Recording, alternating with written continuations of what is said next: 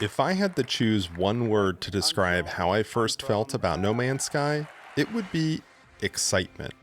From the moment I watched the initial reveal trailer that we got at E3 2014, I was all in. This man, Sean Murray, and his team of less than 20 were promising to deliver something absolutely extraordinary. A sci-fi game that would throw you, as the player, into a procedurally generated universe that contained 18 quintillion planets, a number that may as well be equal to infinite.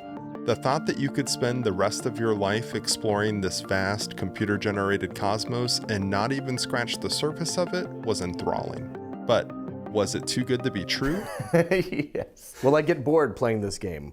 Sometimes. Will I get bored playing this game? No. Leading up to the release, Sean did numerous interviews with various sources, even appearing on The Late Show with Stephen Colbert, which is actually kinda wild looking back at it. During these interviews, there were multiple features that were stated or at least heavily implied to be in the game. Things like the ability to see and interact with other players, pick sides in battles between warring factions, find and encounter various megafauna like the infamous sandworm shown during the game's release trailer. The list goes on and on. Some were skeptical. I actually had a friend at the time who was one of these folks. While I pre-ordered the game from essentially the moment I could, he chose to wait, and maybe that was the right decision. August 9th, 2016, release day. It was time for the world to finally get hands-on with the game, and if you know your No Man's Sky lore, you know what comes next. Personally, my first several hours with the game were quite enjoyable. It was a bit buggy and performance wasn't the best, with some sort of random hangups that I was sure would be fixed via updates, but despite them, it was playable. For this video, I actually found the way to download and install the initial vanilla release of the game, so what you're looking at here is actually how the game looks and plays on a modern system. I did have to install some older GPU drivers for compatibility purposes, but I would say what I experienced in my recent playtime felt very accurate to how the game played way back in 2016. The experience of repairing my starship and taking to the stars for the first time, seamlessly transitioning from atmosphere to the vacuum of space, was honestly probably one of my biggest moments in gaming. It felt surreal. Things went well for a few more hours, but the peak of my experience was behind me. And after some more time, the fear of disappointment began to set in as I began to realize just how shallow the game was.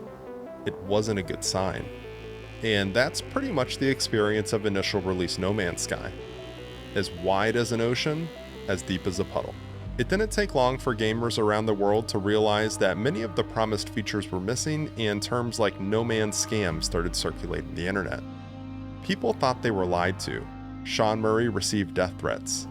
It was an absolute disaster. I ended up putting about 50 hours into the game before I finally set it down. It had taken me that long to finally come to terms with the fact that this was indeed not the game we were promised. It was the most disappointed I had ever been with a game's release. But we're here today to talk about redemption, and I'll stand by my title. No Man's Sky is the greatest redemption arc in gaming history. I don't know if it was always the intention of Hello Games to continue working on No Man's Sky for as long as they have, or if the realization of how disappointed folks were with its release spurred them to push for delivering on their promises, but the result is the same. No Man's Sky has come a long way. While some of the core gameplay is similar, much of the game now is unrecognizable from how it was at launch, which makes sense when you consider that the game has had an astonishing 25 major updates in the nearly 8 years since it's been released, the most recent of those being Worlds Part 1. It would take way too long to detail every improvement that's been made over the years, but immediately after picking it up, if you haven't touched it in a while, you'll notice that the game's visuals and gameplay mechanics have been improved exponentially. There is a ton to do now. You can build bases, tame creatures, build and customize ships, salvage crashed ones, hunt bounty targets, smuggle cargo. I mean, the list goes on and on.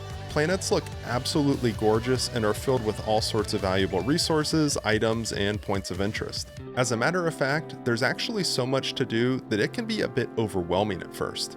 It seems like everywhere you go, there's always something that pops up, serving as a distraction from what you actually set out to do in the first place.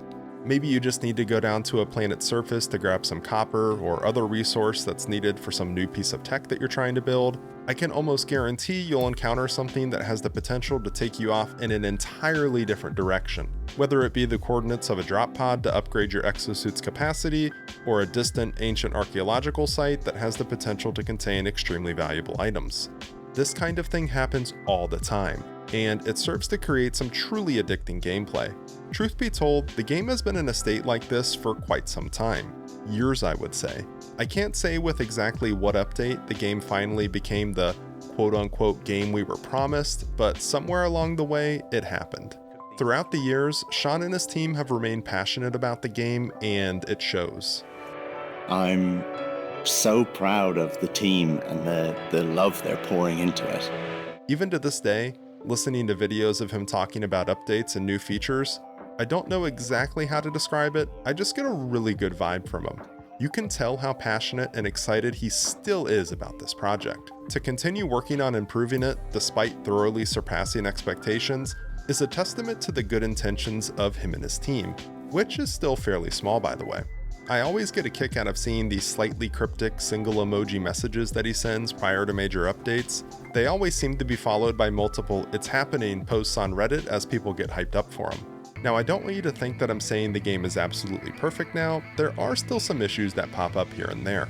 I actually got a little concerned when shortly into my new save, I'm talking like within the first 2 hours of playtime, I fell through the map requiring a reload.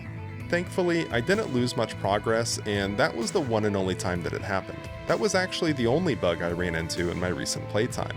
I'll say here too that despite the game looking tremendously better than I remember while on the surface of planets, unfortunately there's still quite a bit of pop-in that occurs while flying across the surface.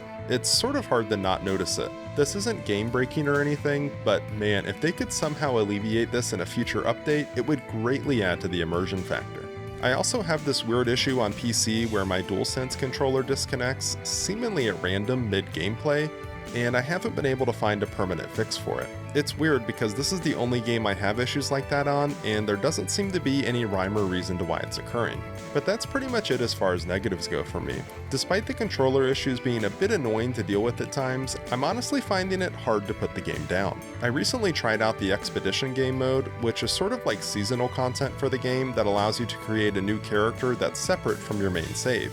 The mode kickstarts your character off, throwing you right into the middle of the action from the moment you repair your ship and get it up and running. Completing objectives that are specific to the expedition gives items that you typically wouldn't get until you were a bit further into your playtime, which was a nice change of pace from the typical start of a new save.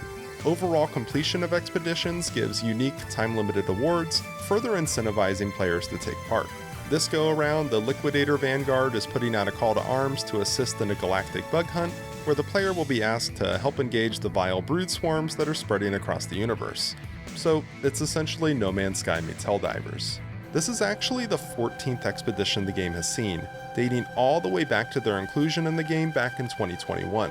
So yeah, this mode isn't anything new, but just another example of something that's been added to the overall package of what No Man's Sky is today. Even with all this said though, the game still may not be for everyone. And you know what? That's okay. Some of the core elements of gameplay are still quite similar to what they were like all those years ago. Chances are, if you didn't like harvesting resources then, you probably won't like it now, even if it is a bit prettier. But even if the game just isn't for you, that doesn't take away from the fact that it has come a long way. To the point where, for many folks who are initially disappointed, this is now their dream game, one worth putting hundreds if not thousands of hours into. Did you play the initial release of No Man's Sky, or when did your journey with the game begin? Do you agree that the game has come a long way, or do you think that Sean Murray and his team still have some promises to deliver on? Let me know your thoughts down below. Thanks for watching, until next time.